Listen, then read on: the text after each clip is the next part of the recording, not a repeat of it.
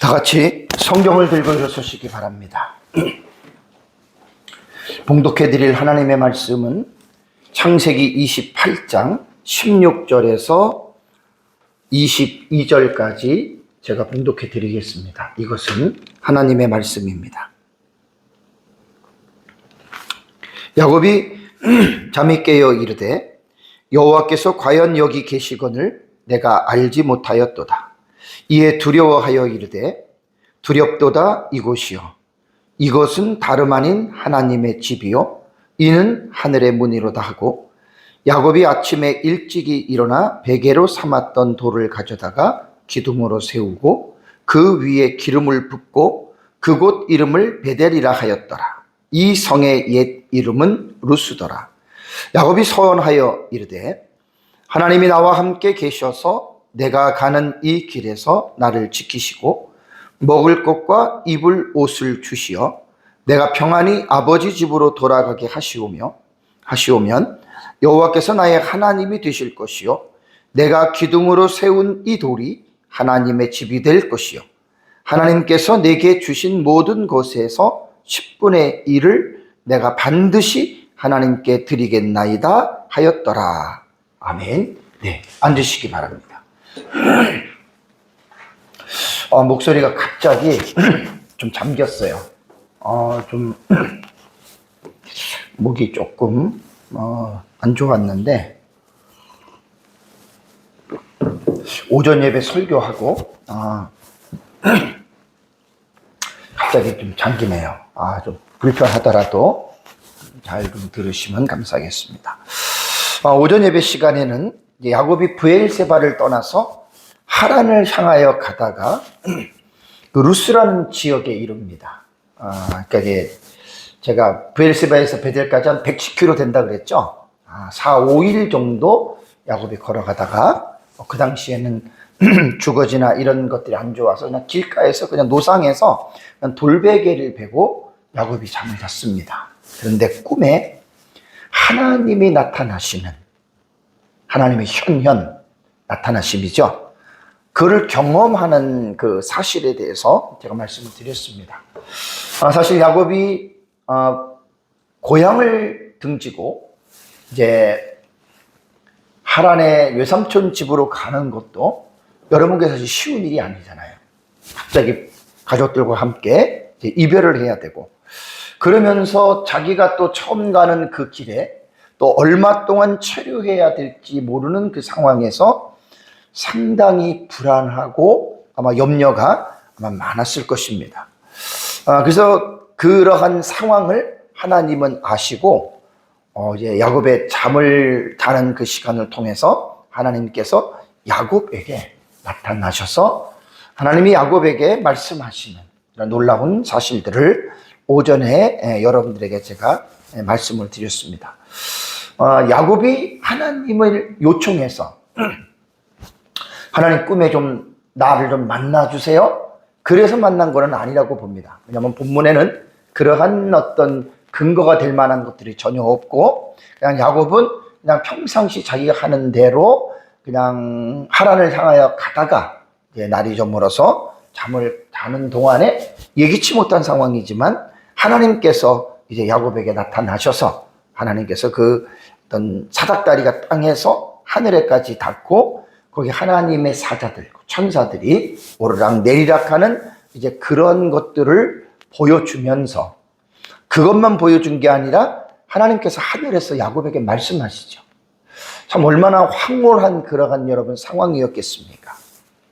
그래서 이제 오전에는 제가 10절에서 15절 말씀까지 야곱이 꿈에서 이제 그 하나님의 현현을 경험하고 나서 그 부분을 말씀을 드리고요.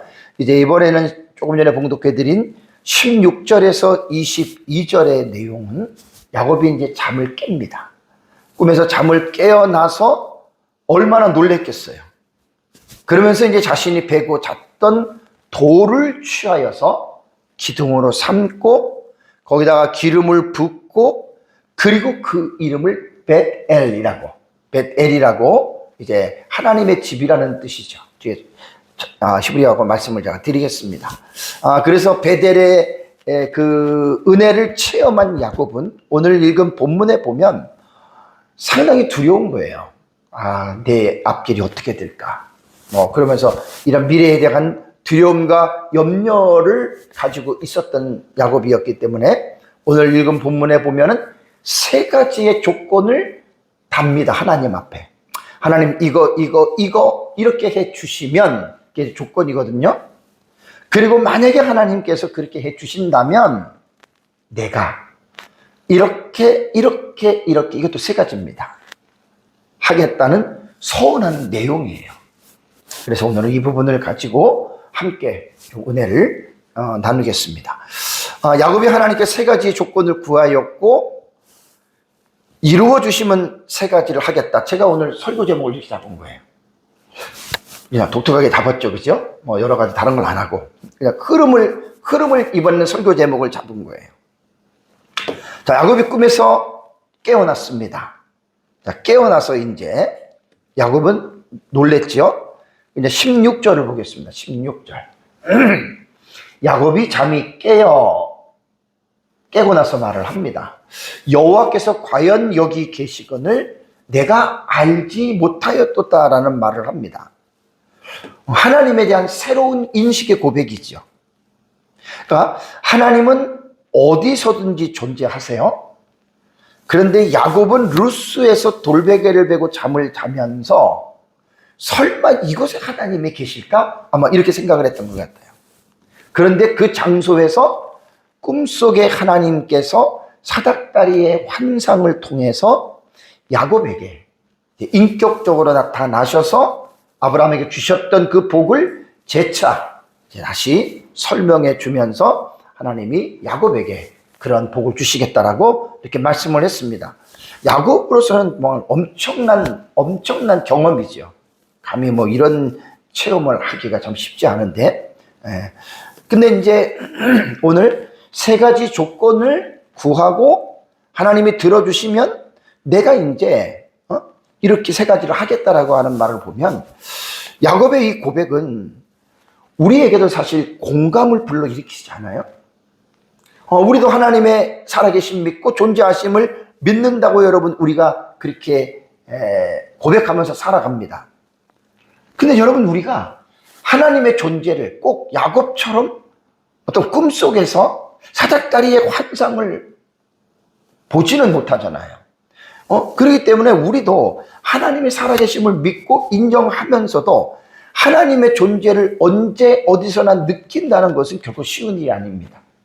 물론 우리가 하나님의 살아계심을 영으로 존재하고 우리 마음속에 계신다고 하는 이 사실을 늘 알고 사는 사람들이 많이 있죠. 이러한 어떤 신앙이 아닌 경우에는 하나님의 인식에 대해서 상당히 어려움을 겪잖아요. 그죠? 믿는다고 말은 하지만 실제적으로 하나님에 대한 어떤 그 역사하심을 경험하지 못한 사람들이 오늘날 교회 안에 의외로 많습니다.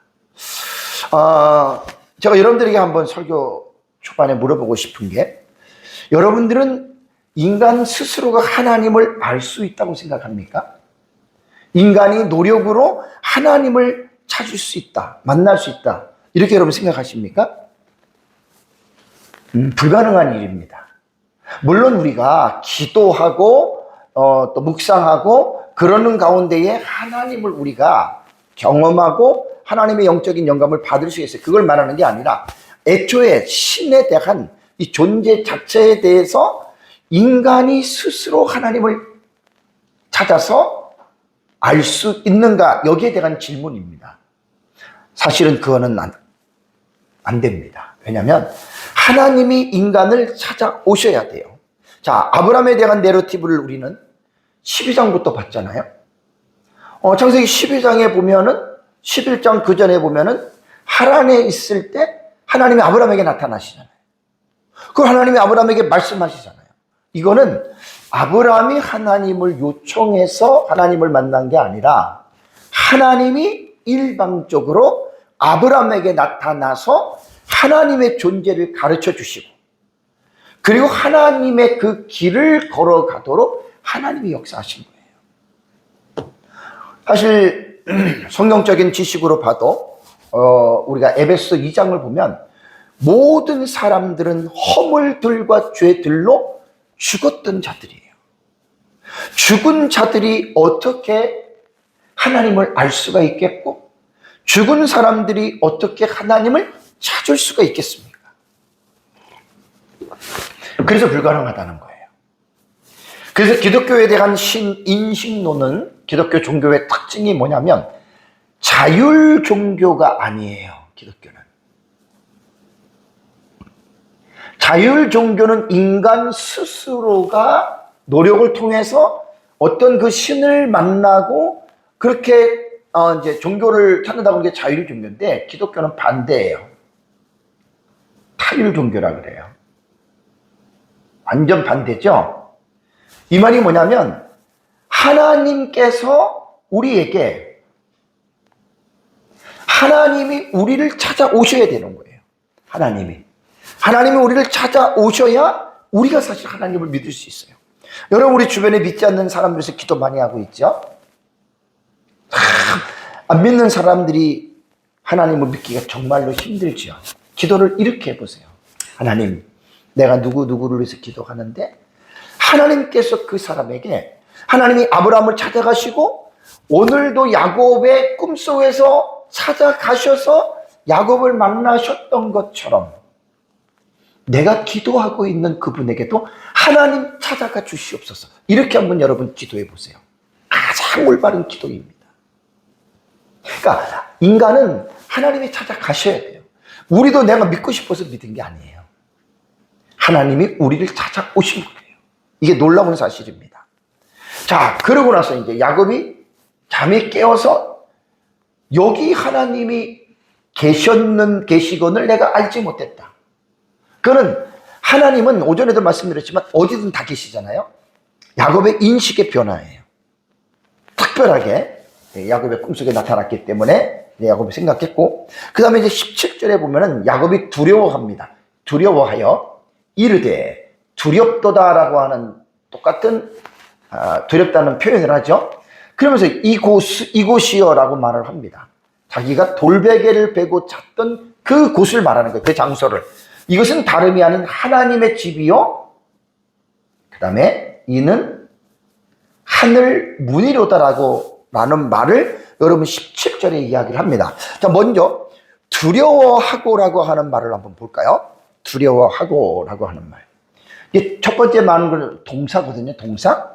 이에 두려워하여라고 하는 말은 바브개속법 칼 미완료예요. 그러니까 두려워할 것이다가 아니라, 바브개속법 칼 미완료는 두려워한 거죠. 그죠? 완료죠. 그죠? 자, 여기에서 야곱이 두려워했던 것은 테러, 공포가 아니에요. 이거를 경외심이라 그래요. 경외심이라 그래요. 그러니까 우리가 하나님이 막 무서워서 하나님이 막 우리에게 막 겁을 주고 벌을 주려고 해서 생기는 그러한 공포가 아니고, 하나님의 거룩한 임재. 그러니까 거룩하신 하나님께서 나타나시고, 하나님께서 어떤 일을 할 때에 우리는 그것을 목도하게 되면 우리의 마음속에 경외심이 생기는 거예요. 그걸 우리말 번역은 두려워하여라고 이렇게 말을 했습니다. 동사. 그 다음에 두 번째가 뭐냐면 두렵도다라는 말이 있잖아요. 그죠? 요거는 분사예요. 분사. 니팔 분사예요. 이건 수동태예요. 수동태. 두렵도다라는 말을 했습니다. 그러니까 하나님의 영에 의하여 두려움에 휩싸였음을 알 수 있다. 원래 니팔은 두 가지로 해석한다 그랬죠. 중간태로도 해석이 되고 수동태로도 해석이 돼요.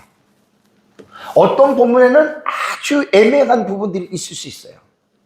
중간태로 해석할 때가 있고 수동태로 해석해야 되고, 또 어떤 부분은 두 개 다 해석해도 또 맞는 부분이 있기도 해요. 그러나 여기서 두렵도다라고 하는 말은 어떤 아마 수동태로 보는 것이 나는 가장 옳지 않나, 그래서 얘기를 했고요. 그 다음에 이게 분사형이라고 했잖아요. 분사형. 네? 분사형. 그러니까 분사형이기 때문에 그 두려움이 한 번 딱 생겼다가 사라진 게 아니고, 그 두려움이 지속적으로, 반복적으로 어느 기간까지 이게 이제 분사의 의미라는 말입니다. 그러면서 야곱의 고백이 이제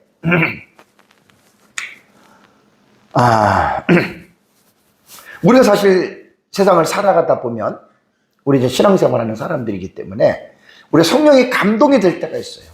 막 찬송하다가 기도하다가 집에 있다가 성령이 막 우리 마음을 막 감동할 때, 그때 막 하나님의 은혜를 우리가 엄청 받을 때 그때 두려움이 우리도 생기잖아요. 그거를 거룩한 두려움이라 그래요. 테러적인 공포가 아니에요. 거룩한 두려움이에요. 우리에게도 이제 이러한 두려움을 우리가 가질 수 있다라고 하는 거 기억하셔야 되고요. 자, 그러고 나서 이제 야곱이 두 가지를 고백하죠. 17절 비절에 이것은 다름 아닌 첫 번째 하나님의 집이요, 그 다음에 하늘의 문이로다라고 하는 고백을 합니다. 하나님의 집은 베이트라고 집이고, 엘로힘, 벳엘, 이게 이제 하나님의 집이라는 거예요. 베델이라고 하는 게 이름을 이제 야곱이 그렇게 붙입니다. 야곱이 말하는 이게 집의 개념은요, 여기가 하나님의 집이다라는 말을 했잖아요. 그러니까 물리적인 건축물을 그런 뜻에서 말한 게 아니에요. 왜냐하면 야곱이 말한 데는 노상이었어요. 그 돌베개를 베고 잤던데 그것이 어떻게 집이 될 수가 있느냐. 그래서 이것은 영이신 하나님께서 그 장소에 임재하셨다는 그 의미를 가지고 야곱은 집의 개념을 말한 거예요. 누구의 집? 하나님의 집이다. 그래서 야곱이 12절 B절에 본 것처럼 본즉 하나님의 사자들이 그 위에 오르락 내리락 하는 것을, 그러니까 물리적인 공간은 아니에요. 그래서 영적인 의미지만 그곳에서 이러한 상황을 보고 야곱은 마치 물리적인 집에 대한 개념을 가지고 하나님의 집이라고 이렇게 야곱은 말을 했다라고 하는 말입니다. 그리고 이제 야곱은 이 부분을 가지고 두 번째 뭐라고 했습니까? 하늘의 문이로다라는 말을 했습니다. 이 부분은 되게 중요한 신학적 의미를 가지고 있거든요. 문이라고 하는 것은 열리는 거잖아요. 열리면 사람이 그것에 들어가는 거잖아요. 그러니까 무슨 문이냐? 하늘 문이다. 하늘을 어떻게 우리가 볼 수가 있고 하늘을 어떻게 우리가 들어갈 수 있습니까? 못 들어갑니다. 아니, 볼 수 없습니다. 예수님께서 니고데모에게 말씀하실 때 사람이 거듭나지 아니하면 하나님의 나라를 볼 수 없다 그랬죠. 그죠? 닫혀 있는 거예요. 거듭나지 아니하면 하나님 나라를 들어갈 수 없다. 문이 닫혀 있다는 말이잖아요. 근데 베델에 이 야곱이 보았던 사닥다리는 땅에 닿죠. 이 세상이에요. 하늘 끝에 사닥다리가 닿죠. 돌계단식이에요. 닿잖아요. 이게 뭐냐면 이 세상과 하나님의 나라가 연결되는 거예요. 연결되는 거. 그래서 하늘 문이라고 야곱은 그렇게 불렀던 겁니다. 그래서 5절에도 요한복음 1장 51절 말씀을 드렸죠. 하늘이 열리고 하나님의 사자들이 인자 위에, 예수님 위에 오르락 내리라. 예수님을 중보로 해서 이 세상에서 하나님 나라의 사닥다리가 연결이 된다는 말이에요. 이거는 예수님의 중보자적인 차원에서 얼마나 중요한지 모릅니다. 제가 이제 신약 성경에 들어가서 하나님 나라에 대한 사상에 대한 설교를 하면 할 말이 너무 많아요. 예수님이 세상에 왜 왔을까? 구속사로 공부하신 분들은 우리를 구원하시기 위해서 왔다 그랬잖아요. 틀린 말은 아니에요.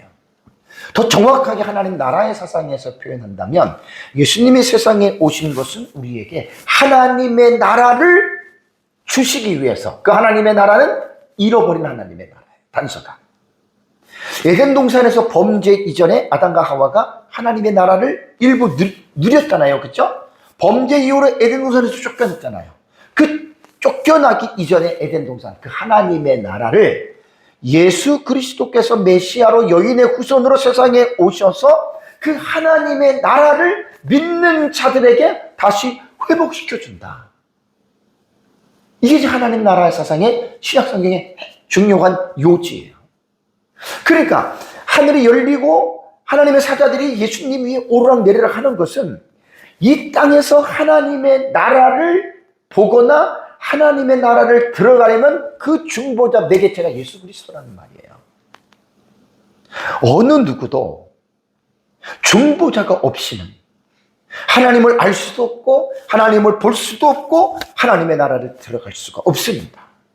그래서 어떻게 보면 야곱이 베델에서 보았던 그 사닥다리가 땅 끝에서 하늘 끝까지 연결이 돼서 하나님의 사자들이 오르락내리락 한 것은 요한복음 1장 51절에 예수님께서 그 사실을 그림자로서 야곱에게 우리는 구약시대에 보여줬다고 생각하면 되고, 그 성취가 바로 예수 그리스도께서 요한복음 1장의 공생의 사역 때에 천사들이 예수님 오르락내리락 한 것은 예수 그리스도로 말미암아 내가 곧 길이요 진리요 생명이니 나로 말미암지 않고는 아버지께로 갈 자가 없다. 이게 핵심적인 사건이에요. 그거를 성취하시는 분이 바로 예수다. 이렇게 여러분 우리가 생각을 하면 됩니다. 자, 그러고 나서 이제 이것은 하나님의 집이요, 그 다음에 하늘 문이다. 하나님의 집은 제가 뒤에서 좀 더 자세하게 말씀을 드리겠습니다. 뒤에 또 연결되는 문맥에서 나오거든요. 뒤에 제가 자세하게 말씀을 드리고, 그 다음에 18절 19절을 보겠습니다. 자, 야곱이 아침에 일찍이 일어나 베개로 삼았던 돌을 가져다가 기둥으로 세웠죠. 그죠? 기념하기 위해서 세운 거예요. 그 위에 기름을 부었어요. 그리고 기름을 붓고 끝난 것이 아니라 그곳의 이름을 벳엘이라고 명명을 한 겁니다. 그러면서 이 성의 옛 이름은 루스더라는 말이 있죠. 루스예요, 루스. 영어로는 루즈 이렇게 나와요. 아니야, 히브리어는 루즈 이렇게 나와요. 이게 베델이요, 히브리어가 베이트 엘이에요. 베이트가 집이라는 말이고요. 엘은 지난번에 말씀드렸죠. 하나님, 엘로힘, 엘, 이런 것들은 다 하나님에 대한 이름입니다. 그러니까 벳엘은 뭐냐면 하나님의 집이에요. 베델교회 그러면 베이트, 벳엘 해서 하나님의 집을 여러분 이렇게 가르치는 겁니다. 여기서 이제 우리가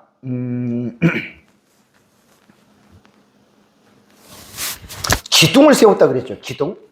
기둥이라고 하는 말은 그 히브리어 마체바라고 하는 말로 기념비석이에요. 기념비석.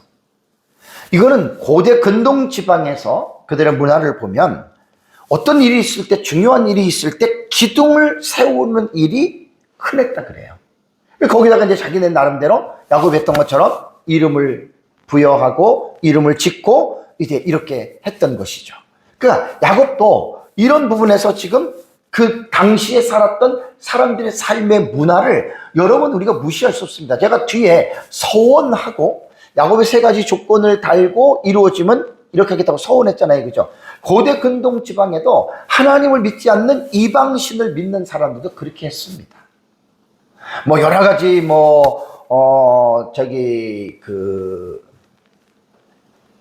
아브라함이 사라의 매장지를 구할 때, 그때 기억나시죠? 그죠? 막벨라굴 살 때 다 그 당시 그런 거 보면은요, 고대 근동 지방에 살던 문화를 우리가 무시할 수 없거든요. 왜냐하면 사람이 사는 거예요. 아브라함, 이삭, 야곱, 요셉, 그들도 옛날에 살았던 그 당시 삶의 문화가 있고 관습이 있어요. 우리 그런 거 무시할 수 없거든요.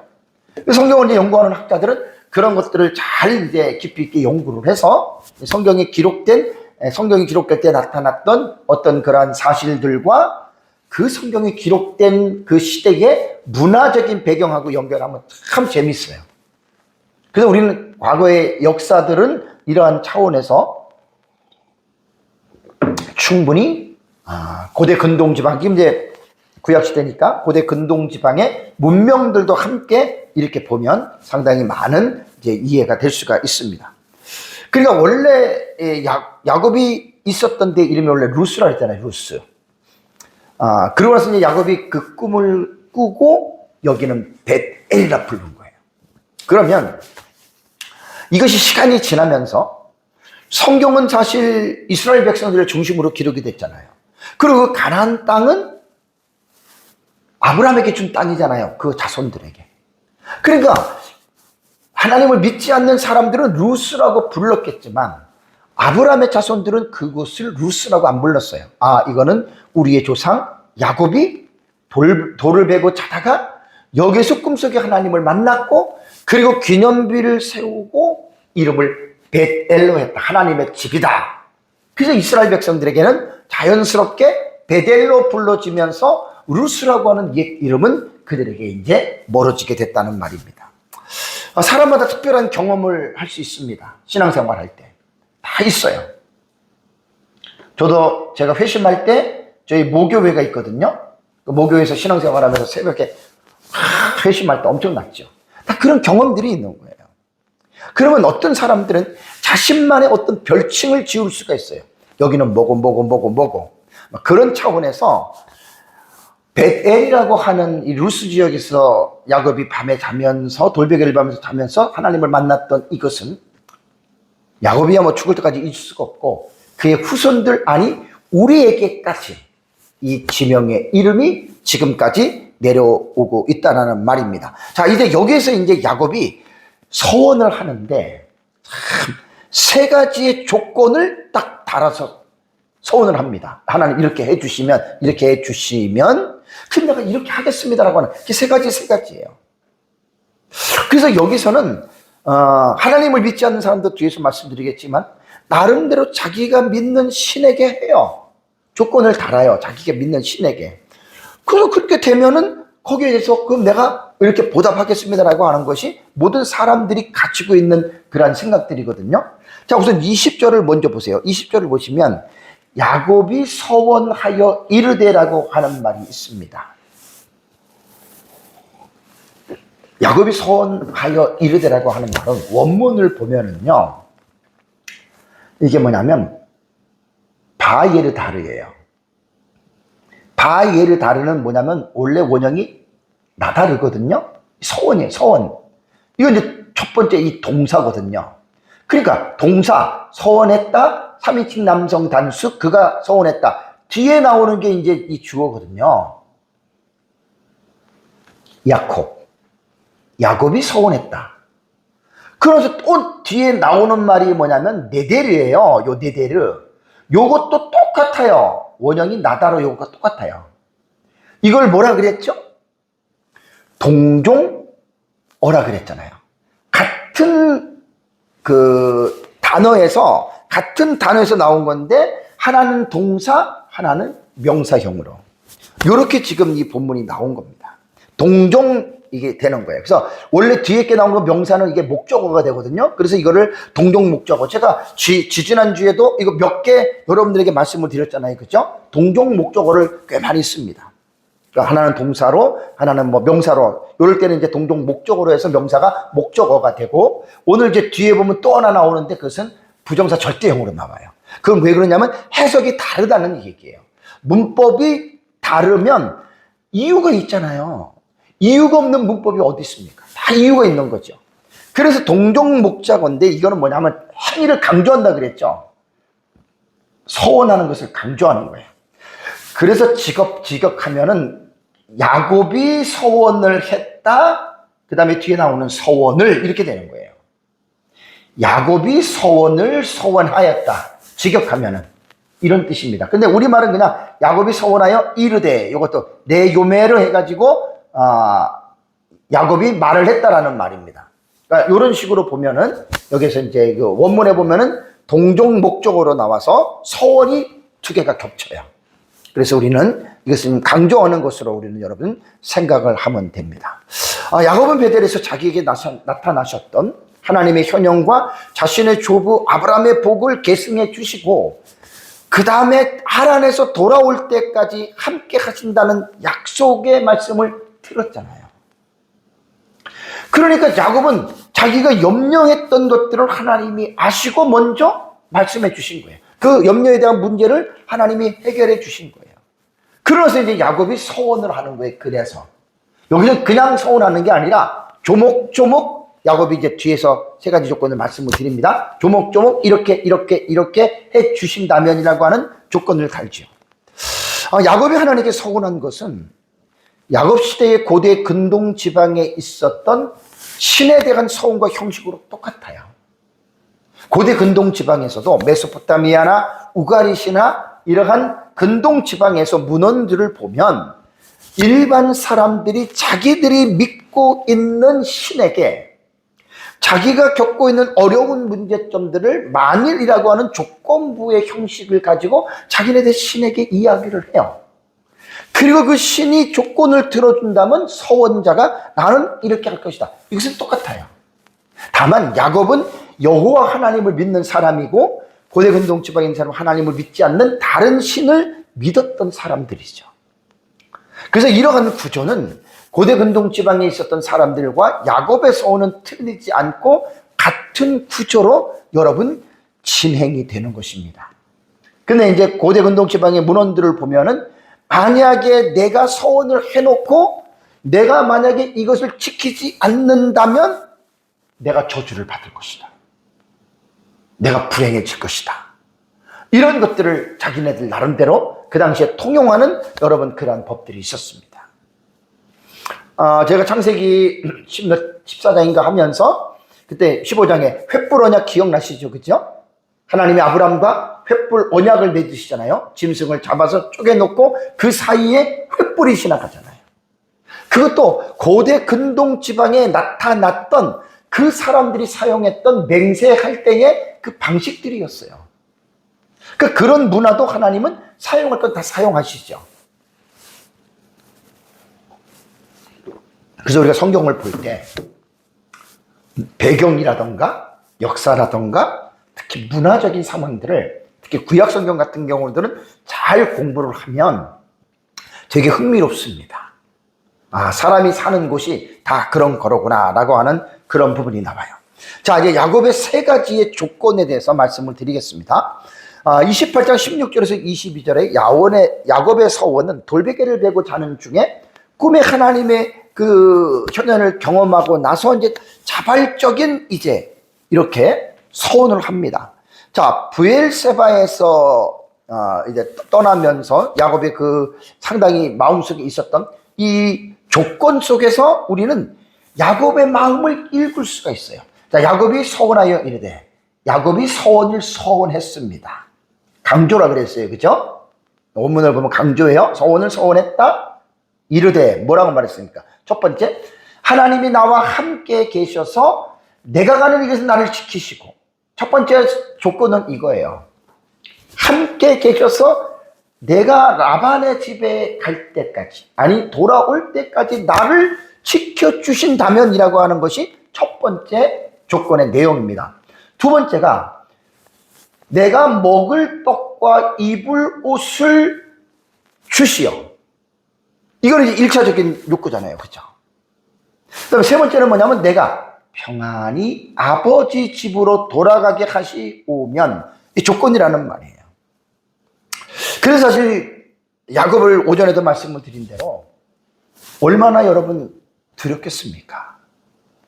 자신의 잘못으로 형과 부모를 떠나야 했고, 그러면서 뭐 얼마나 그 사실 황당하잖아요.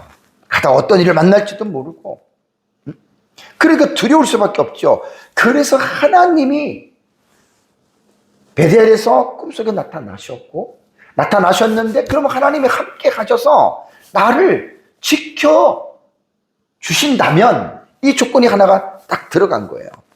그 다음에 이제 의식주에 대한 문제잖아요. 먹을 떡과 입을 옷을 주신다면.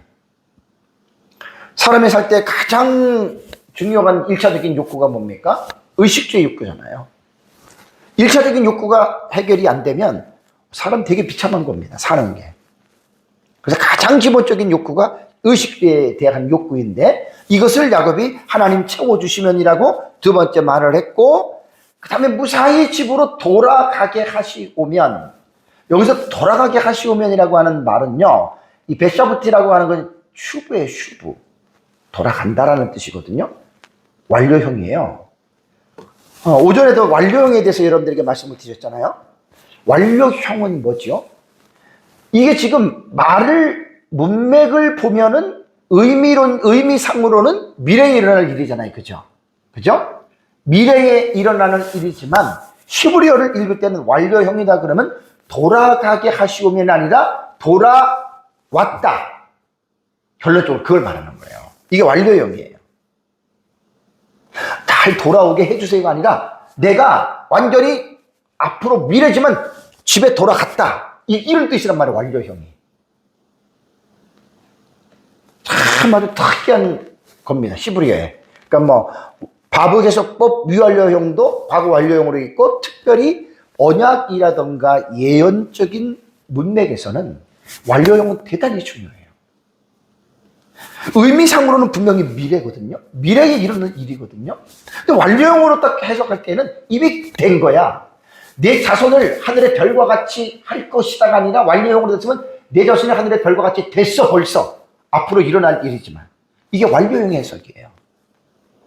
그러니까 우리가 성경을 볼 때 이렇게 동사를 여러분 우리가 이렇게 볼 수가 있어야 돼요. 왜냐하면 브엘셉에서 하나님을 향해 가는 야곱의 마음은, 이게 다 야곱의 마음속에 좀 불안이잖아요.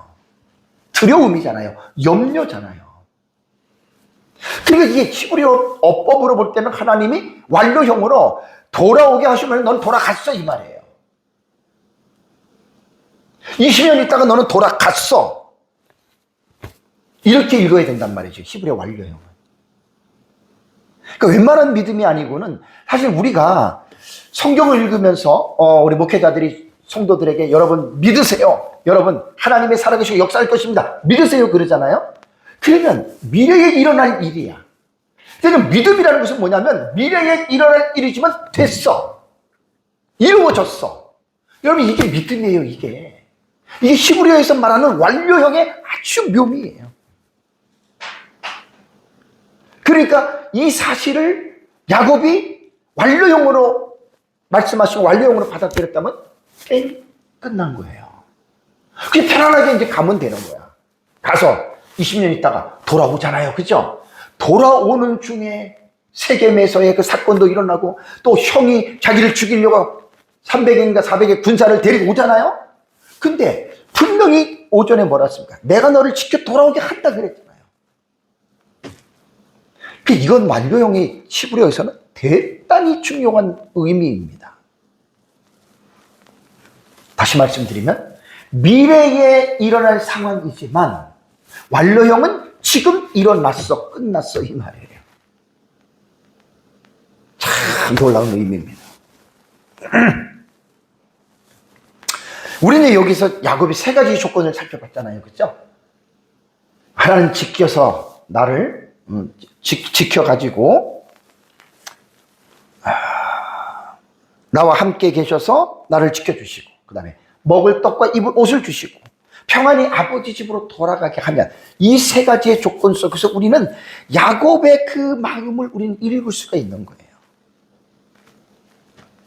확고한 믿음을 가지지 않았어요, 사실 야곱은. 조금 전에 제가 야곱이 뭐 그렇게 믿음 된다 그랬는데, 사실 이 말씀 속으로 볼 때는 야곱이 이러한 믿음을 사실은 못 갖고 있었던 거예요. 자, 그렇다면 이제 야곱의 할아버지 아브라함을 우리가 압니다. 22장에 아브라함이 독자 이삭을 제물로 드릴 때 기억나십니까? 아브라함의 가장 믿음의 결정기라 그랬죠, 그죠?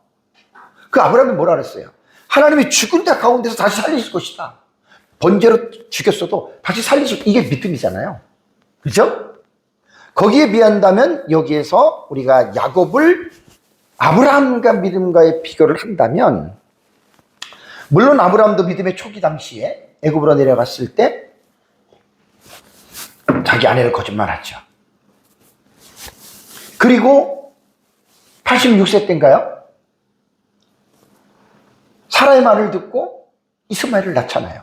그냥 믿음이 초기 때란 말이에요. 그러니까 야곱도 마찬가지예요. 믿음은 하루아침에 쑥 자라는 게 아니에요. 신앙과 이론은 지식으로 논하는 게 아니에요.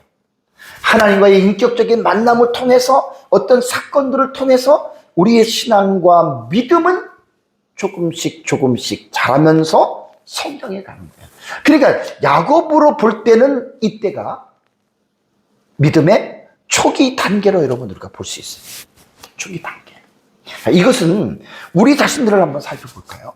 뭐 저는 개인적으로 43년을 예수님을 믿었기 때문에 나름대로 오래 믿었고요. 어떤 사람은 몇 달이 될 수도 있고, 어떤 사람은 몇 년이 될 수도 있어요. 그만큼 여러분 신앙은 시간과 사실 비례한다고 봐도 틀린 말은 아니에요.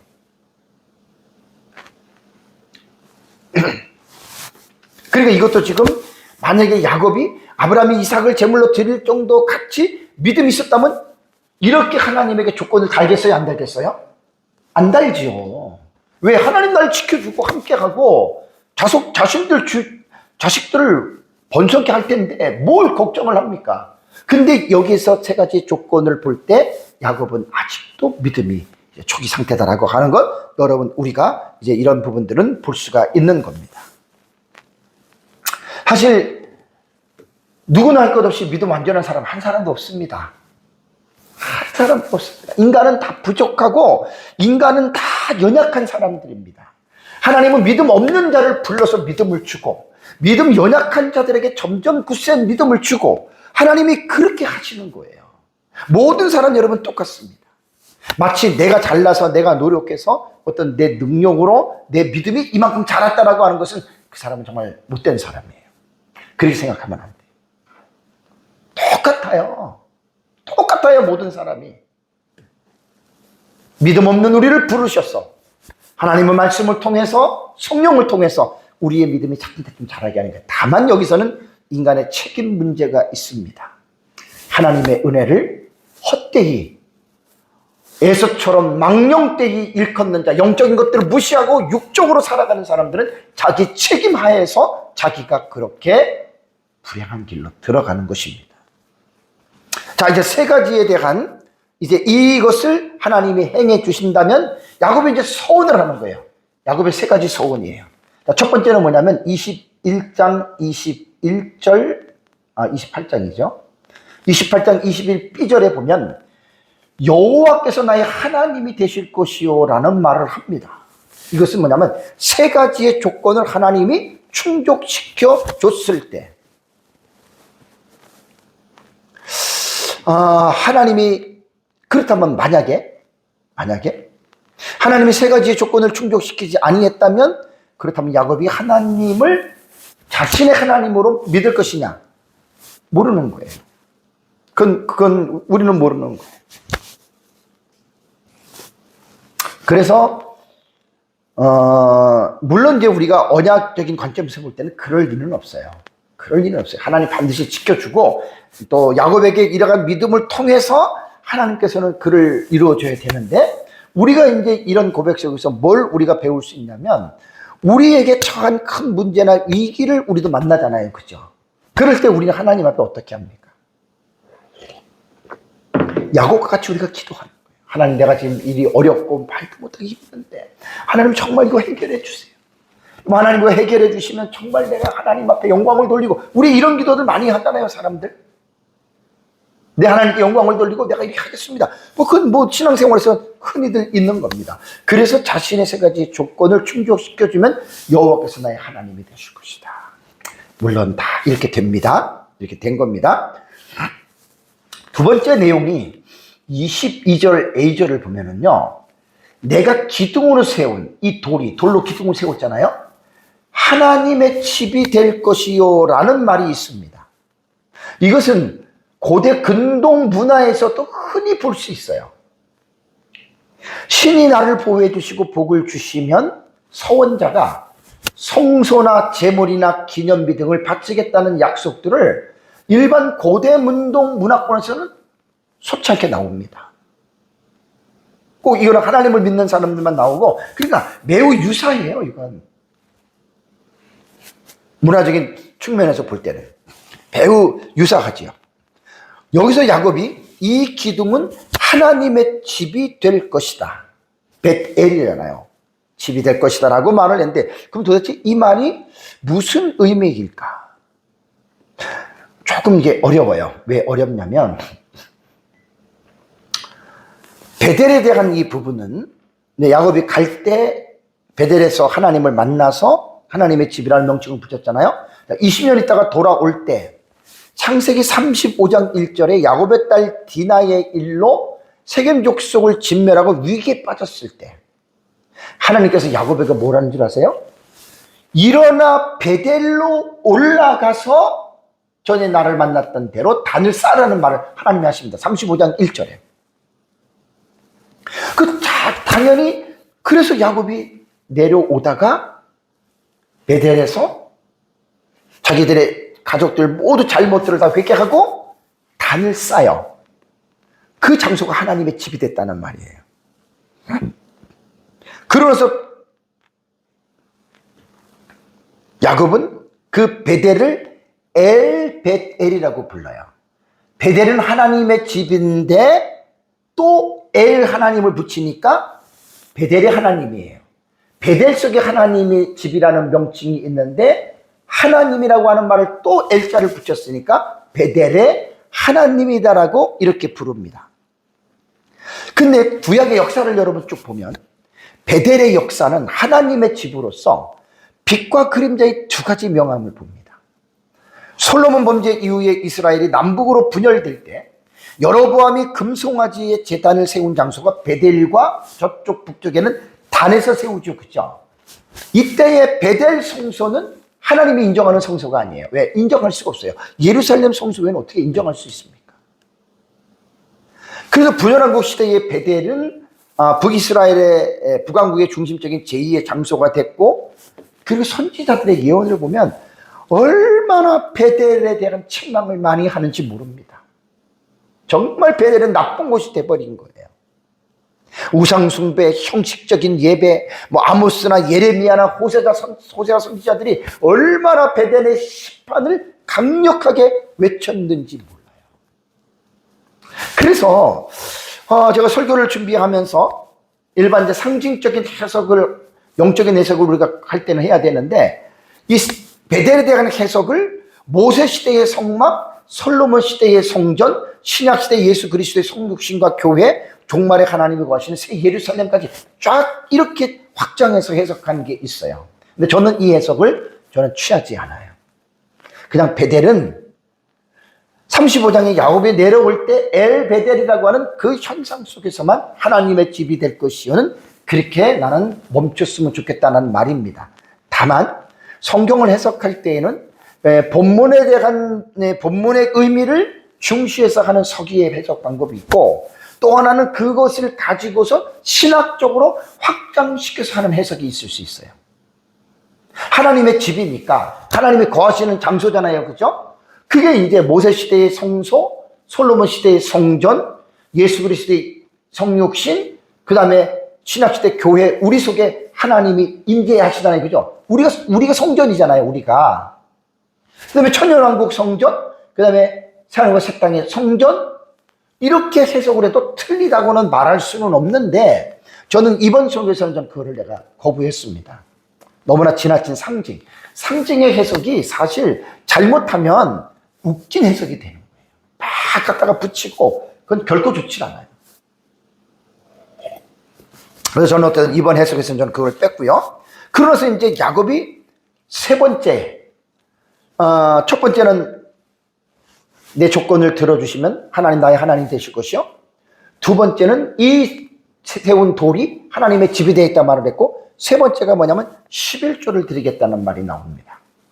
22절에 보면 22절 B절에 하나님께서 내게 주신 모든 것에서 10분의 1을 내가 반드시 하나님께 드리겠나이다 라는 말을 합니다. 이것도요, 그냥 11조를 10분의 1을 내가 반드시, 요게 이제 그 히브리 원문을 보면은요, 아스레누, 아쉐루 이렇게 되는 거예요. 여러분, 이것도 단어가 어떻게 되는 줄 아세요? 이것도 똑같이 아사르라고 하는 이 단어가 원형이에요. 이것도 동종어로 된 반복 구조예요. 이것도 몇 주째 계속 지금 설교에 동종 목적어, 이거는 이제 동종 목적어가 아니라 여기에는 이제 명사가 아니라 두 번째는 이게 이제 부정사 절대형입니다. 이게 부정사 절대형이고 이것이 동사예요. PLBR의 동사예요. 이게. 그러니까 10일 원문을 그대로 해석을 하면 10분의 1을 반드시 우리말로 이렇게 번역했지만 원문을 그대로 직역으로 해석하면 11조를 11조로 드리겠습니다. 이런 말이에요. 똑같은 단어란 말이지. 아사르가 11조라는 말이에요. 11조. 11조 하나는 동사, 하나는 부정사 절대요. 그러니까 11조를 11조로 드리겠습니다. 그래서 우리말에는 반드시라고 하는 부정사 절대형을 10분의 1을 11조로 드리겠습니다라는 말을 10분의 1을 반드시 하나님께 드리겠나이다. 이렇게 여러분 번역을 한 겁니다. 자, 여기서 이제 우리가 본문에서 지금 말하는 야곱의 이 내용에서 11조를 드린다 그랬잖아요. 다음 주 제가 11조 설교를 1시간 합니다. 왜 하냐면 여러분 유튜브 같은 거를 보면은 11조 드리지 말아라. 11조는 이제 끝났다. 율법 시대처럼 폐기됐다. 이렇게 말하는 사람들의 영상이 가끔 떠요. 그래서 이 11조가 도대체 뭔지를 알지 못하고 이 11조에 대한 그런 부정적인 영상을 보면은요, 상당히 여러분 혼란에 빠집니다. 그 전에 꾸준히 그냥 자신의 소득의 11조를 하나님에게 바쳤던 사람들이 있는가 하면 또 그런 것 때문에 맞아, 바칠 필요가 없어. 근데 교회에서는 자꾸만 성도들한테 헌금을 강조해. 이게 지금 되게 중요한 거거든요.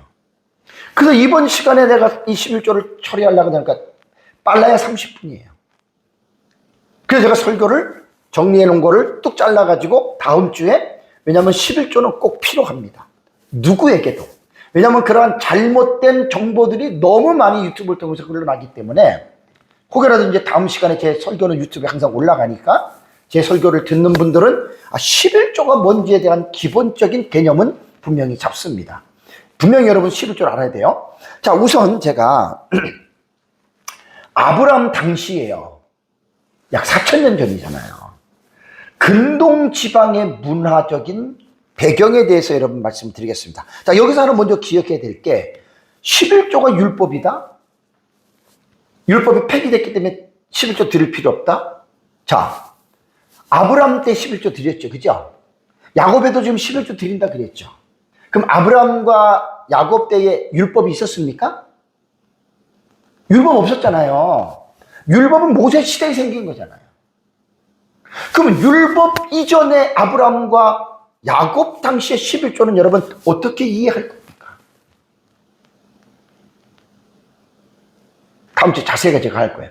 11조는요, 고대 근동 지방에서, 이게 기독교 아니에요. 고대 근동 지방에서 신전의 제사장이나 왕에게 자신의 수입이 11조를 바치는 관행이 있었어요. 관행이. 고대 근동 지방에 보면.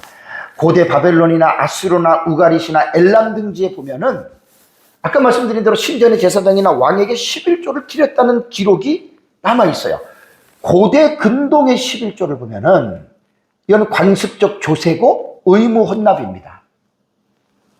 그냥 그 지역에 사는 사람은 내야 돼요. 그리고 종교적인 면에서는 신전을 운영하는 재정수단으로서 신도들이 11조를 냈습니다. 교회가 지금 그런 거잖아요. 그러니까 잘 들으셔야 돼요. 그 다음에 고대 근동 11조는 법적인 강제성이 있었어요. 안 내면 안 돼. 근데 아브라함이 멜기세덱 거기 그 조카 롯을 사로잡아 오면서 전리품을 취해 오면서 살렘 왕 멜기세덱을 만났잖아요. 그죠? 거기서 11조를 아브라함이 바쳤죠. 아브라함의 11조, 이 정신을 잘 배워요. 다음 주 자세하게 할게요. 자발적인 감사와 신앙 고백입니다. 11조는 의무도 아니고 뭐 강제도 아니에요. 그냥 자발적으로 감사해서 내가 하나님을 믿는 신앙의 고백이 11조예요. 내가 버는 돈의 11조를. 그리고 아브라함의 11조는 살레망 멜기세덱을 하나님의 대리자에 대한 인정을 했습니다. 멜기세덱은 하나님의 대리자다. 이건 명령이 없어요. 멜기세덱이 11조를 내라고 한 게 아니에요. 자발적으로 11조를 드린 거예요. 아브라함의 11조. 이렇게 여러분이 우리 11조를 공부를 하셔야 돼요. 자, 아브라함의 11조와 율법시대 11조의 차이는, 아브라함은 모세 율법 이전이고 율법시대 모세 때에는 아예 율법에 제정이 됐죠. 아브라함 때는 자발적 감사의 표시였고 율법시대는 의무적이고 제도화된 언급입니다. 너희가 11조를 꼭 드려라. 의무적이고 제도화가 됐어요. 아브라함의 11조는 제사장 멜기세덱이 했지만 율법 시대에는 레위인과 고아와 과부와 성전을 유지하기 위해서 이스라엘 백성들은 꼭 11조를 드렸어야 합니다. 그러니까 목적이 다 있는 거예요. 강조점은 아브라함의 11조는 하나님의 제사장을 인정했고 율법 시대는 하나님의 백성으로서의 순종의 표시였어요. 하나님의 아브라함의 자녀라면 반드시 순종해서 11조를 해야 된다. 아브라함이 드린 11조를 지금 야곱에 대해서는 지금 성경에 안 나오니까 야곱에 대해서는 지금 제가 말을 좀 안 드리고 다음 주 좀 자세하게 말씀드릴게요. 우선 야곱의 할아버지 아브라함이 드린 11조의 의미는 아까도 말씀드린 대로 하나님의 도우심에 대한 조카 롯을 붙잡아 사로잡아왔잖아요. 그죠? 그 전쟁에서 이겼잖아요. 자발적인 감사예요. 그러니까 우리가 11조를 내야 되느냐 말아야 되느냐 이거 정말 웃긴 거예요. 네? 뭐 11조 필요 없다. 교회에서 성도들에게 11조를 해가지고 막 헌금 거두려고 한다. 웃긴 거예요. 그렇게 말하는 사람들은 좀 악한 사람들이에요. 11조는 돈이 없어서 걷는 그런 게 아니라니까요. 자발적인 감사의 표시, 감사의 표시. 아브라함이 드렸던 11조는 감사를 보시기 바랍니다. 감사. 주일날 우리가 하나님 앞에 나올 때 한 주간 동안 하나님의 은혜로 지켜주셨고 또 한 달 동안에 어떤 경우에는 또 직장에 다니시면 월급을 받았고 사업하는 사람 돈을 벌었고 그런 게 감사잖아요. 내가 나가서 열심히 일을 하고 했어도 하나님의 은혜가 아닙니까 여러분? 그럼 거기서 감사로 10분의 1을 떼는 거예요. 여러분 이게 안 좋은 건가요 여러분? 여러분 이게 나쁜 건가요? 뭐 11조를 내라 막 강조하고 뭐 내면 복받고 안 내면 저주받고 이런 개념이 아니라고요. 원래 11조는 그냥 감사 자발적으로 스스로 내라고 해서 내는 게 아니라 스스로 생각해 보니까 너무나 감사해. 그 내 버는 데서 11조 그냥 기쁜 마음으로 내는 거예요. 능동적으로 강조해서 내는 게 아니에요. 신앙의 고백입니다. 신앙의 고백. 우리 전능하사 천지를 만드신 하나님 아버지를 내가 믿습니다. 그리고 하나님이 내게 건강과 우리 가정의 모든 삶을 하나님이 매달 지켜주셔서 우리 이렇게 살아갑니다. 신앙 고백이에요. 신앙 고백. 그래서 아브라함에 드린 11조의 의미는 이런 거고요. 제사장에 대한 신뢰의 태도였습니다. 그 당시 살레망 멜기세덱은 족보도 없고 아비도 없고 어미도 없는 특별한 사람이지만 그 제사장이라고 하는 하나님을 섬기는 제사장. 그러니까 그때도 제가 그때 14장에 여러분에게 말씀을 드린 대로 아브라함만 여호와 하나님을 믿었던 게 아니에요. 하란 지방에는 라반의 가족들, 부두엘의 가족들이 여호와 하나님을 믿고 있었어요. 그죠? 그리고 주변에도 어딘지는 몰라도 소수지만 분명히 존재했습니다. 그러니까 하나님을 믿는 사람들은 우리도 장로교, 성결교, 침례교, 오순절, 뭐 구세군, 뭐 심지어는 성공회, 뭐 천주교 다 종교 종파가 달라도 하나님을 믿는다고도 다들 그러잖아요. 믿는 방법에 대해서는 차이가 있지만 그렇게 아브라함 당시에도 많은 수는 아니지만 하나님 여호와 하나님을 믿는 사람들이 있었단 말이에요. 그러면 하나님을 믿는 곳에는 제단이 있어야 되고 그 제단을 유지할 수에 나가는 그 물질이 필요한 거 아니에요? 그럼 그 제사장에 대한 신뢰의 태도로 11조를 내가 내는 거예요. 그래서 11조는 이게 다음 주에 설교할 거든 내가 이제 제목만 잡아봤어요. 율법 이전부터 존재했던 하나님에 대한 감사로 드려지는 예물이었습니다. 억지가 아니었습니다. 모세율법은 그것을 제도화한 거예요. 그 다음에 예수님도 11조를 거부하지 않았습니다. 뭐 어떤 사람들 보면 다 웃겨요. 뭐 율법이 어쩌고. 아닙니다, 여러분. 이거 다음 주에 다 여러분들에게 말씀을 드리고요. 11조는 하나님의 백성들이 하나님께 베풀으신 은혜와 사랑에 보답하는 것으로 자월적 예물이에요. 그리고 신약 성경에는요, 신약 시대는 11조뿐 아니라 공동체가 전 재산을 나누었잖아요. 그죠? 그 10분의 1 내지 말아라. 근데 신약시대 초대교회는 어땠어요? 땅도 팔고 재산도 팔아서 가난한 자들 도와줬잖아요. 11조에 대한 잘못된 견해가 율법이 폐기됐다. 틀린 말입니다. 율법을 폐하려 온지 생각하느라 폐하려 온 것이 아니요 완전하게 하려 예수님이 오셨습니다. 예, 여기까지만 할게요. 어쨌든 오늘 본문의 말씀을 통해서 야곱이 정말 세 가지의 조건을 하나님에게 내세우고 그 다음에 그것을 지켜주면 내가 이렇게 하겠다. 세 가지 말씀을 했습니다. 어쨌든 우리가 오늘 말씀을 잘 생각하면서 하나님 안에서 우리가 믿음으로 하나님을 바라보면서 우리도 최선을 다해서 열심히 하나님을 경외하고 순종하는 삶을 살아가시기를 주님의 이름으로 축복합니다. 우리 다 같이 함께 기도하겠습니다.